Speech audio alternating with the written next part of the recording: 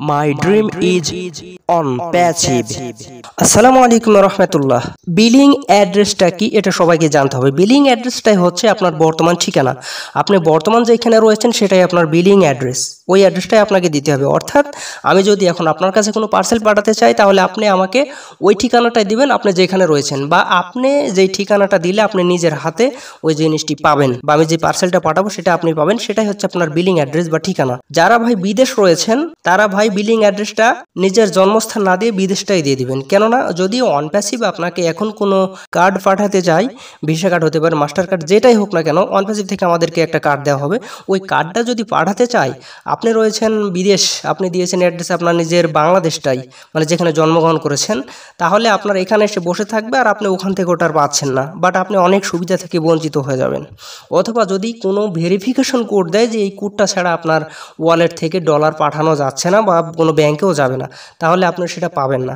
বর্তমান আপনি যেইখানে থাকবেন সেটাই আপনি অ্যাড্রেস, বিলিং অ্যাড্রেস হিসেবে আপনি সেটাই দেবেন। আমি এটা নিয়ে ভাই সাপোর্টে মেল করেছি। আমি তাদেরকে 3টা প্রশ্ন করেছিলাম যে আমার জন্ম বাংলাদেশে, আমি রয়েছে এখন বিদেশে, তাহলে আমি আমার বিলিং অ্যাড্রেস কোনটি দিব? তারা বলেছে আপনি বর্তমানে যেখানে রয়েছেন সেটা দিবেন। এছাড়াও বলেছিলাম যে আমি রাজশাহীতে জন্মগ্রহণ করেছি, আমার জন্মস্থান রাজশাহী, কিন্তু আমি চাকরি করি অন্য এক জেলাতে, তাহলে আমি আমার বিলিং অ্যাড্রেস কী দেবো? সে বলছে আপনি বর্তমান যেখানে থাকবেন সেখানে সেটাই দেবেন।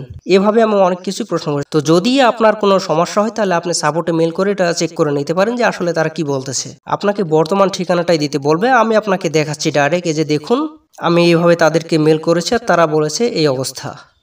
তবে এই বিলিং অ্যাড্রেস অ্যাকাউন্টের উপর কোনো প্রভাব নিয়ে আসবে না বা কোনো প্রভাব পড়বে না, এটাই নিশ্চিত করেছে তারা। বিলিং অ্যাড্রেস যে আপনাকে কিছু পাঠাতে চায় অথবা আপনাকে ভেরিফিকেশন করতে চায়, যেটা হোক একটা কিছু করবে। তবে আরেকটা বিষয় ভাই, যারা বাংলাদেশে রয়েছেন আপনার জন্মস্থানের সাথে মিলিয়ে দিলে সমস্যা নাই। কেননা আপনি যদি চাকরি করেন তাহলে 1-2 দিনের ছুটি নিয়ে আপনি আসতে পারবেন, সেটা নিতে পারবেন। কিন্তু যারা ভাই দেশের বাইরে থাকেন তারা তো আসতে পারবেন না, এতে আপনাদের ভাই সমস্যা হয়। এই জন্য বর্তমান ঠিকানাটাই দিয়ে দিন। তো যারা বাংলাদেশের মধ্যে রয়েছেন বা দেশের মধ্যে যারা রয়েছেন, যেখানে থাকুন না কেন, সেই অ্যাড্রেসটাও যদি দিয়ে দেন, ওখানেও যদি কোনো প্রোডাক্টস বা কোনো একটা কিছু চলে আসে, আপনি বাসায় আসলে ওখান থেকেও আবার নিয়ে আসতে পারবেন, কোনো সমস্যা নেই এতে। তবে যারা বিদেশ রয়েছে তারা ভাই ওখানকার অ্যাড্রেসটা দেবেন। আর যদি মনে করেন যে আমি এই মাসে চলে যাব আর আসবো না, তাহলে ভাই তারা বাংলাদেশের ঠিকানা বা জন্মস্থানের ঠিকানাটাই দিবেন। তো আশা করি ভাই বুঝতে পেরেছেন। এর চাইতে শর্টকাটে বোঝানোর মতন আপাতত বুদ্ধি আমার কাছে নেই। তো আশা করি শর্টকাটে আপনাদেরকে বুঝিয়ে দিয়েছি। এছাড়াও এটা এখন কেউ এডিট করতে যাবেন না, এটার এখন আপাতত এডিটের কোনো অপশন নেই একবার সেভ করলে। তো আমি আপনাদেরকে আগামীকাল অথবা পরশু দিনের মধ্যে একটা ভিডিওতে ডাইরেক্ট দেখিয়ে দেবো যে আপনি কোথায় কি লিখবেন এবং কিভাবে সেভ করবেন। তো আশা করি ভাই আমি আপনাদেরকে বিলিং অ্যাড্রেস সম্পর্কে বোঝাতে পেরেছি।